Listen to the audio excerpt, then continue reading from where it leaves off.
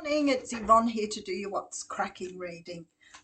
We're going to use the Radiant Rider-Waite Tarot for your reading today. My voice is a little bit crackly this morning. Please excuse it. I don't know why it's sort of having a little bit of trouble the last couple of days again, but anyway, I'll get there.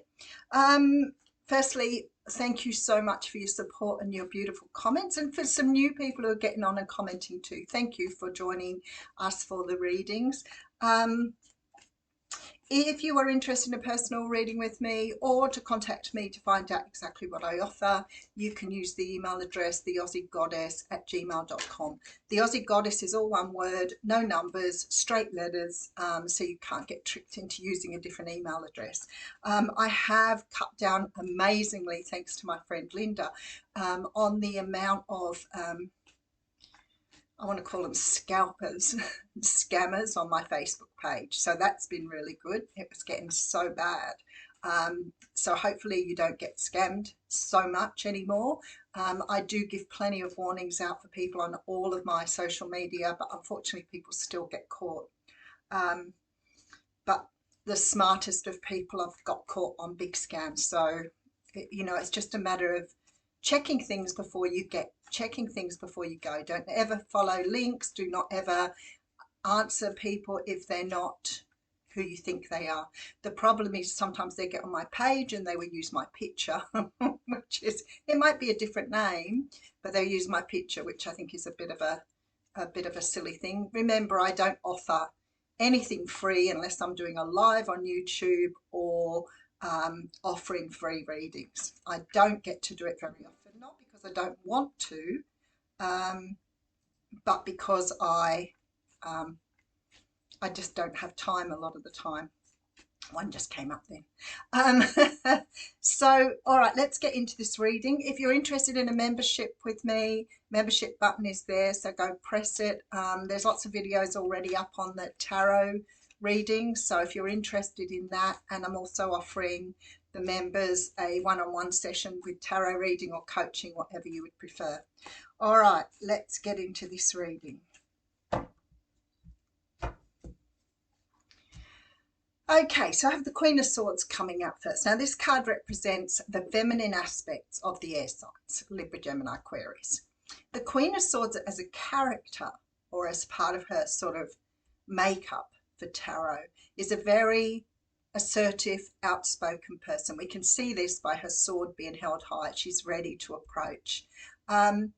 She's not as loving or as gentle as the Queen of Cups, and she's certainly not as focused on everything else as with the Queen of Pentacles. She's focused on what she wants to say, the ideas she has. Sometimes she's seen as having a good sense of humour. This could be somebody you know, but it can also be the energy you take on. And I feel like it is.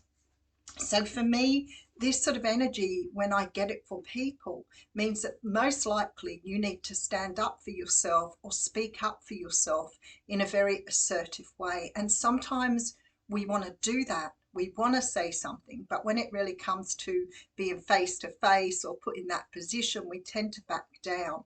A lot of us are very scared. I'm not so much anymore. I shouldn't say us, because it certainly doesn't apply to me generally. But a lot of people are still very worried about conflict.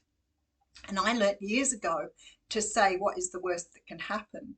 Because I used to think if I spoke up, it was going to create, also, this is childhood training, it would cause all sorts of problems, and then I would get into trouble for speaking up. So I would just back down all the time. And of course, as an adult, you tend to sort of fall into those habits. But what I started saying to myself years ago was, what is the worst that can happen? And I'd envisage the worst possible scenario for myself. And I think, well, if that person doesn't want to talk to me again, that's fine. If that person sacks me from that job, well, I'll just have to go and get another job, or, even do something about it, basically. And it served me well. So I feel like you're in a position here because you've got the Hanged Man behind that. So generally this might sort of make me feel like you either have a decision or something you need to approach, but maybe you're looking at those different ways of approaching it. Maybe just approaching it in a certain way isn't comfortable for you. Maybe you're looking at You know, how can you do it more comfortably? Like, rather than pull somebody up and get aggressive about it, how do you handle the situation in a very different way here?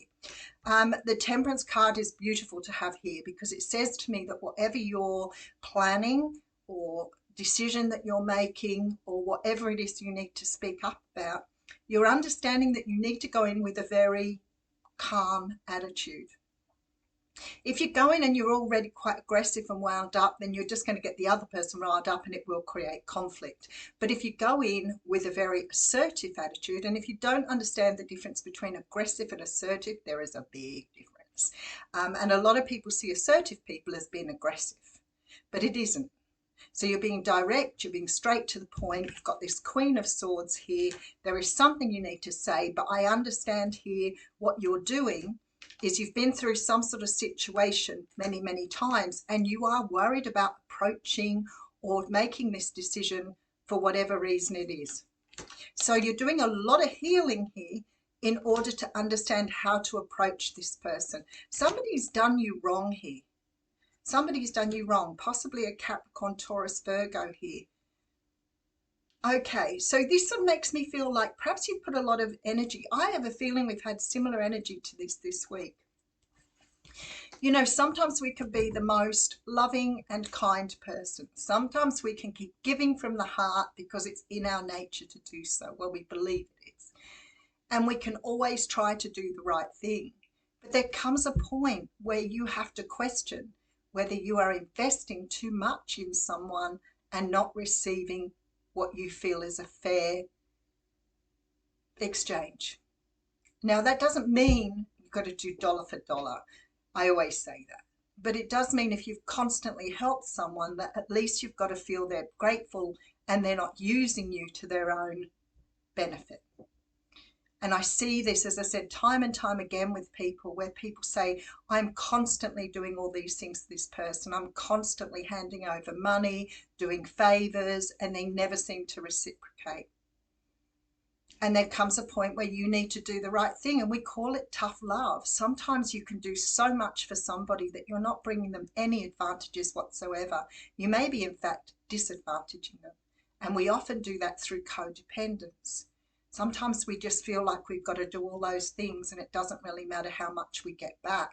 But you see, we can become really resentful and angry and disappointed.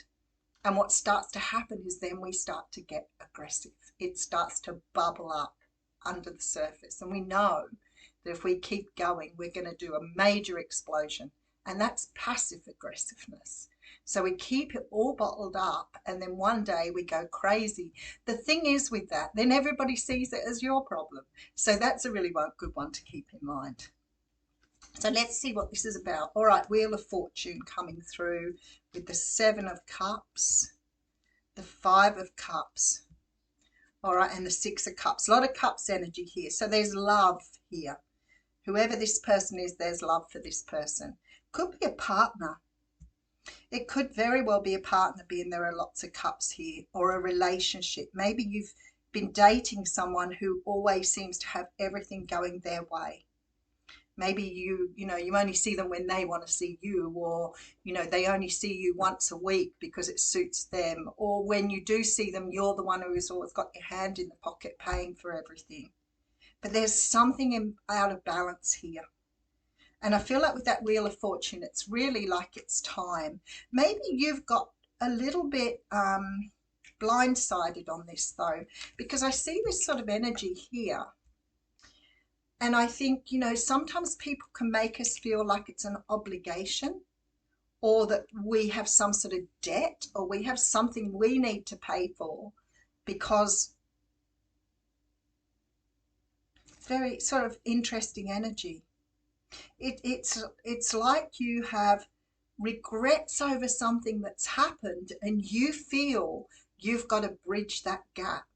So, sometimes when you do something and you think, oh, I wish I hadn't done that and I feel really bad, and, and then you go and try to make it up to that person. Of course, there's never any making up to do. You need to just know that you've done it. You can't keep looking back at the past and going, I wish I'd have done that differently, because it's done. And I have so many people who do that. I wished I hadn't have done that. I wished I hadn't have said that. Wishing is pointless and useless. You've done it, and wear it. Own it. You know, maybe it wasn't the right thing to do. Maybe you've rethought it and thought you could have done things differently. But at the end of the day, it's done. It's done. You don't have to keep making it up to someone. I think it's okay to apologize if you feel like you've done the wrong thing, but that's it. It's done and dusted. But you see, so many people keep trying and trying and trying. I've been one of them. You keep trying to fix it, trying to mend it, trying to put it right. But at the end of the day, you've said it, it's out there. That's why we always say, watch your words. Okay, so we have the Six of Cups coming here. So I feel like something was done in the past here that you regret. Something is done that you cannot undo and you regret it. And I feel like you've tried to make it up to this person. Maybe you've done everything in your power to make up for what you've done. But there's no making up for it. It's done. So let's see where we're going.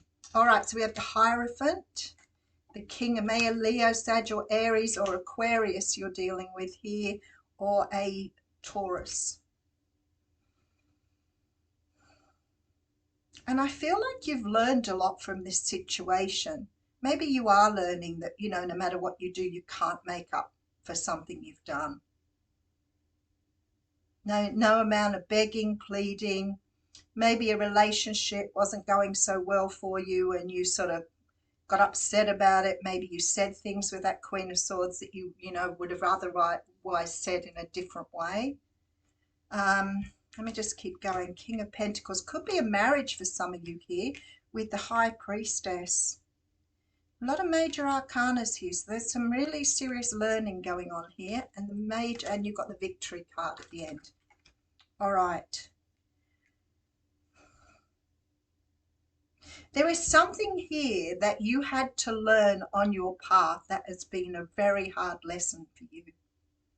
And I feel it's possible for some of you, this could be a relationship, a romantic relationship, or a relationship with a husband, boyfriend, partner.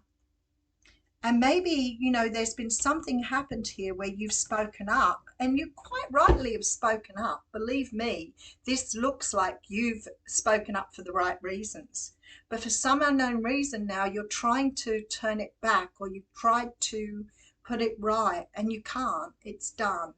So we have you really like being quite out there with something you've said here.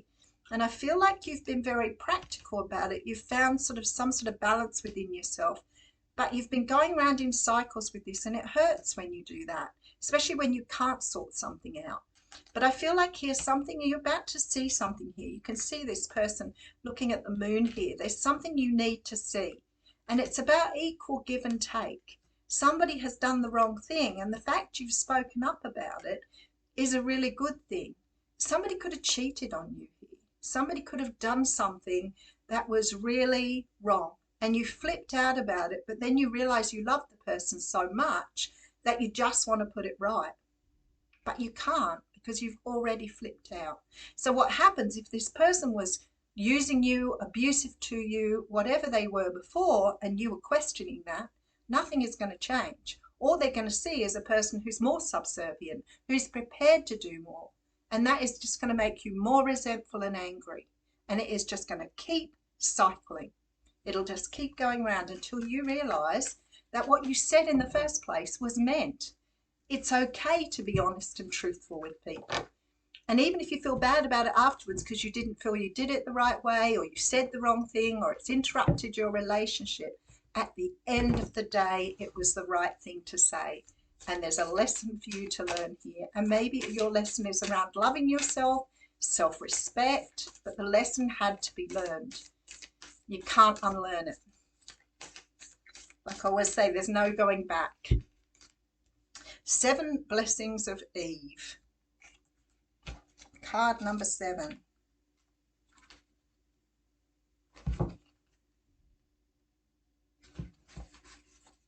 A spiritual gift shall enter your heart and manifest as a blessing in your life.